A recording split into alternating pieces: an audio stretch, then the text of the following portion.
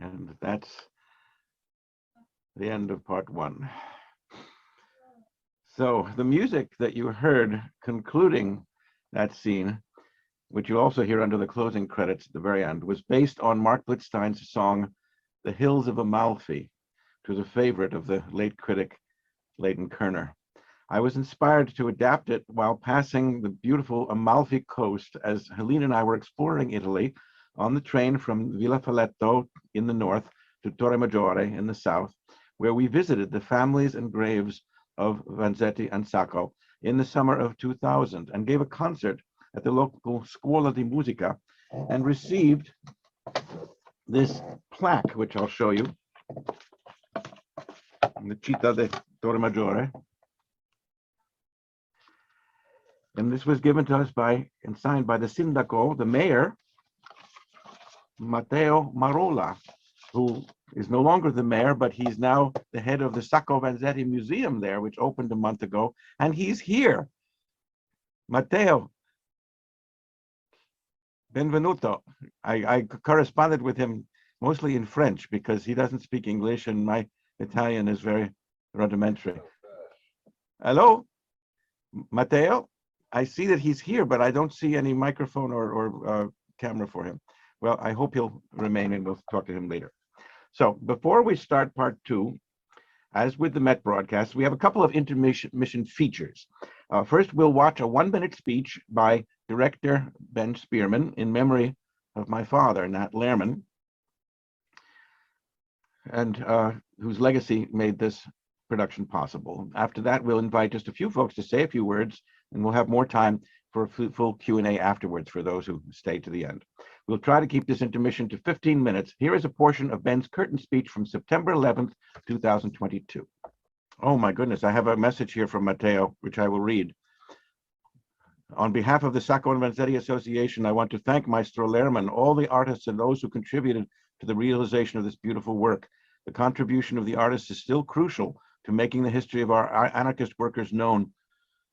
Thanks to your musical work, the injustice committed with the execution of Sacco and Vanzetti will be increasingly known. In Torremaggiore, just a month ago, we inaugurated the first multimedia laboratory, STORIA VIVA Sacco and Vanzetti, Documentation and Research Center, strongly desired by the unforgettable Fernanda Sacco, whom Maestro Lehrman and his kind lady met here in Italy, where the young people and scholars will be able to know and deepen one of the events that marked the history of the 20th century. With your consent in the multimedia room, we will be able to show your work and discuss it with them.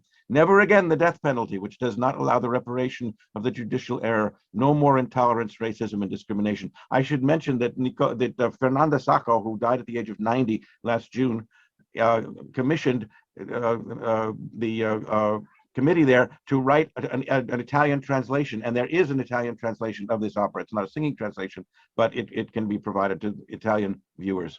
Okay, can we hear what Ben is going to say? Go ahead. Another individual that we wanted to recognize is Nathaniel S. Leonard. He was Leonard's father, and really his legacy, financial, but he passed away, what is it, 2 years ago? Time has flown the last couple of years, I think you'll agree. Nat passed about 2 years ago, and his legacy financially, but also spiritually, is really what has led to this production. And I will say that, Leonard is my mother's husband, and therefore Nat was my step-grandfather. It takes a lot for me to remember, but I wear his watch in tribute to him and think of him really very, very often. So what you're seeing today is really the legacy of Dr. Nathaniel S. Lehrman. So just in memoriam, and would you please give him a round of applause?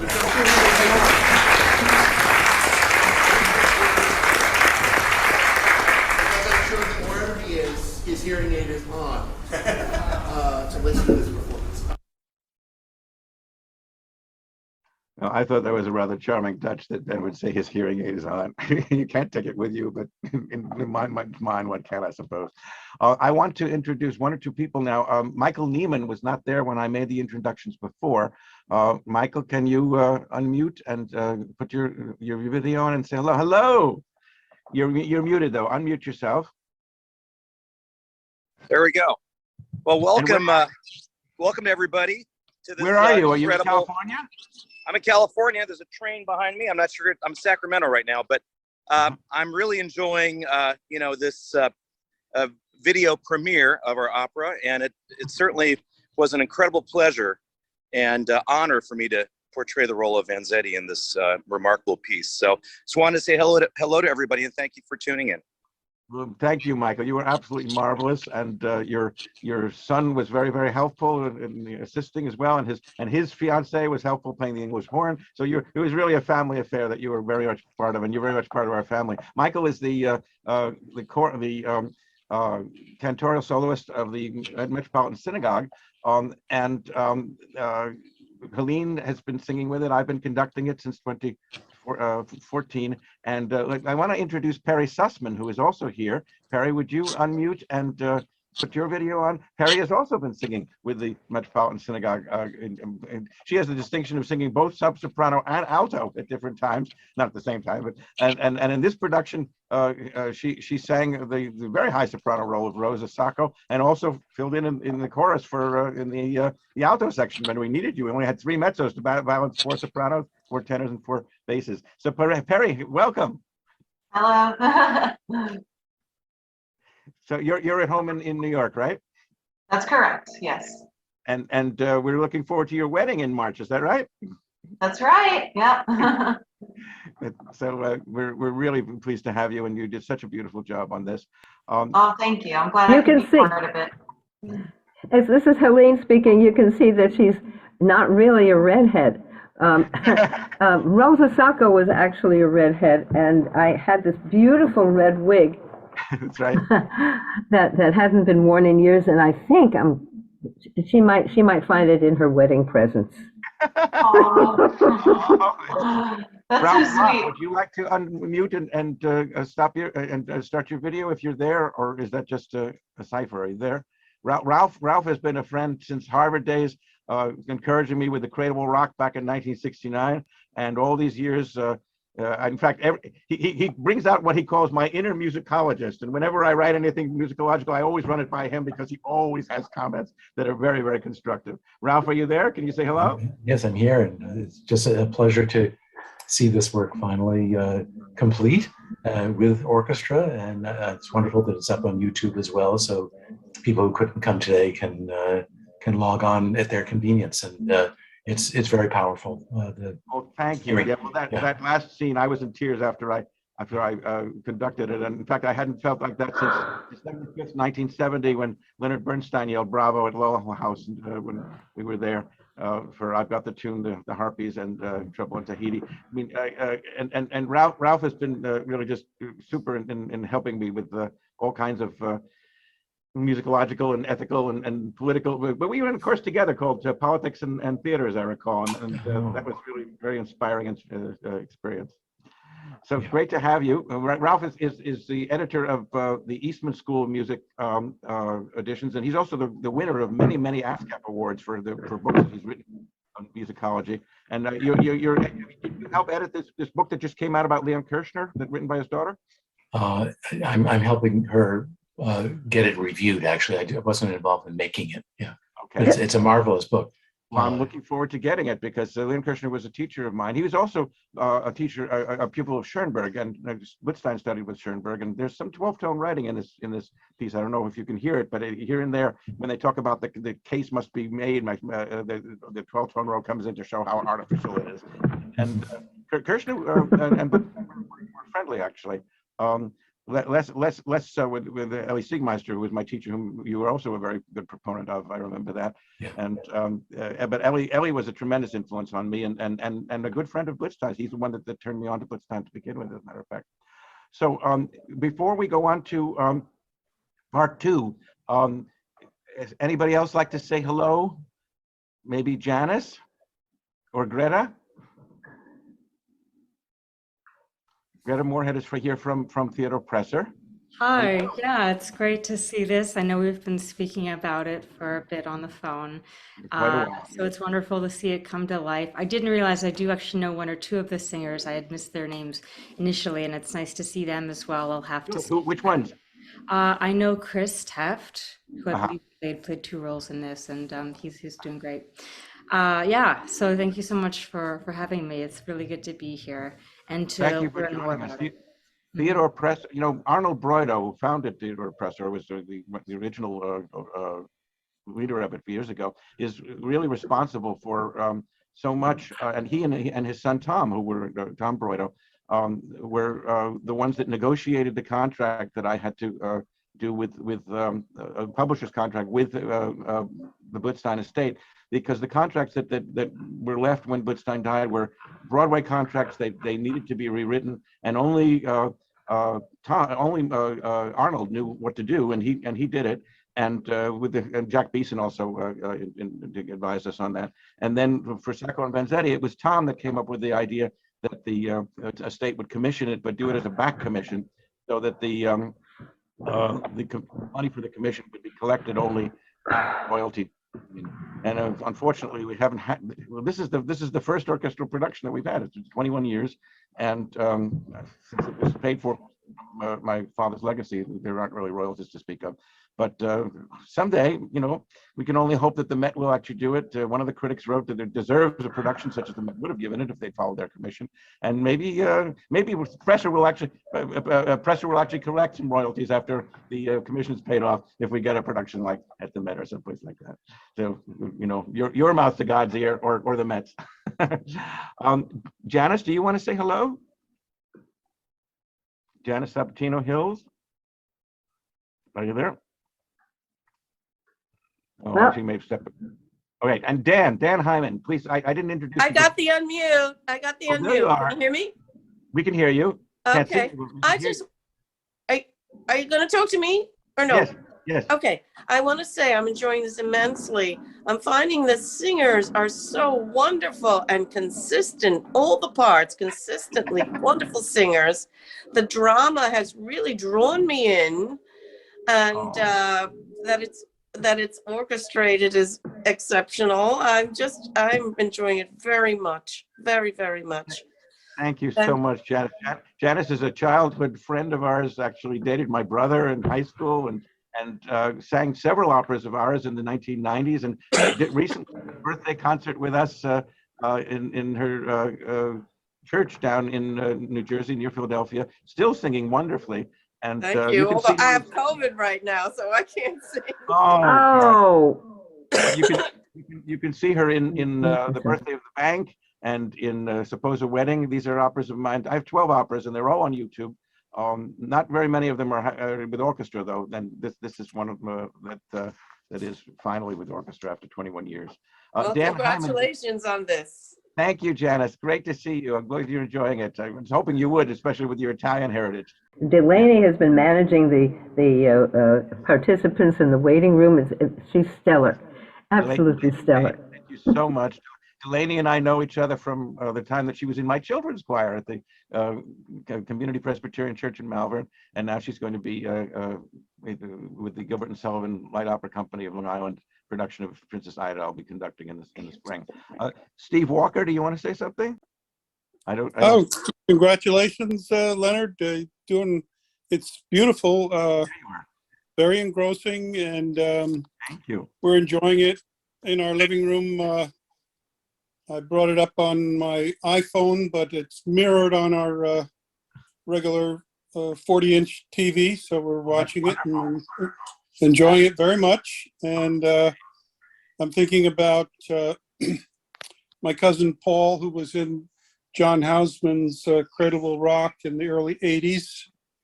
And then inspired by that, our son William at Cornell with Brand X Theater directed a production of Cradle at Cornell. At Risley, as I 2000. recall. Yeah. Yeah, Risley College, which is where I did some Yes. in the yeah. So Steve is the former director of the Historical Society of Oyster Bay and the music director at the high school there, and we've done a number of concerts together with Willard Roosevelt, and it's a thrill to have you here, Steve. And Steve's also a trustee of the foundation, which Nancy is the CEO of, and that's what made this whole thing possible financially. So we have some guests from Europe, from England, and from Germany, and from Italy, and I think from Israel. Let me see if there's anybody here that we can ask to say hello. in that regard. Let's see. Vigliasciota di Feria from Italy, I think. She wants to say, and Alberto Quagiotto, would you, buongiorno, buonasera. Let's see who else, and Kath. Kath is in Manchester, England, if I recall. Kath Reed, do you want to unmute and say, oh, there, I see the thumb there. Can you I'll ask you to unmute and to turn your video on. Oh, hello. I'm really enjoying it. Thank you. It's been great. So, congratulations, really. Thank you. Your Sacco and Vanzetti is a specialty of yours in your teaching, right? It's just I've done historical research about American immigration, but it's more of a sort of tangent, really, just something I've read about for a long time. So, but you must have done as well. If you've done, it sounds as if you've been to Italy, you've done a lot of research yourself as part of this, have you? Yes, we visited the graves and the families there. It was quite wonderful.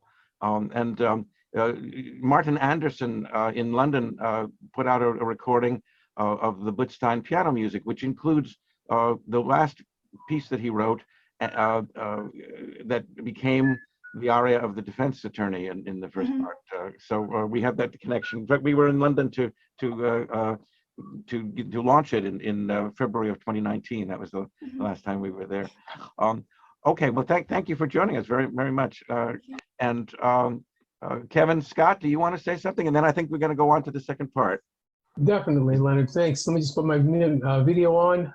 Yeah. And it is an excellent production. Wonderful job. Thank you for resurrecting this opera, and I hope more companies will tackle it on. And that you mentioned, Martin, I hope you can interest him in recording the opera, maybe. Well, this production cost over $30,000, and the recording will cost about maybe 3 or 4 times more than that. We agree. The video itself cost $6,500, and then I didn't pay for the subtitling. I did it myself. It took 60 hours to subtitle it. It's a lot. And you know, if I'd be paying them, then another $10,000. So you know, we have the money, for thank goodness, from my father, and we got some money from Joel Mandelbaum and from the Puffin Foundation.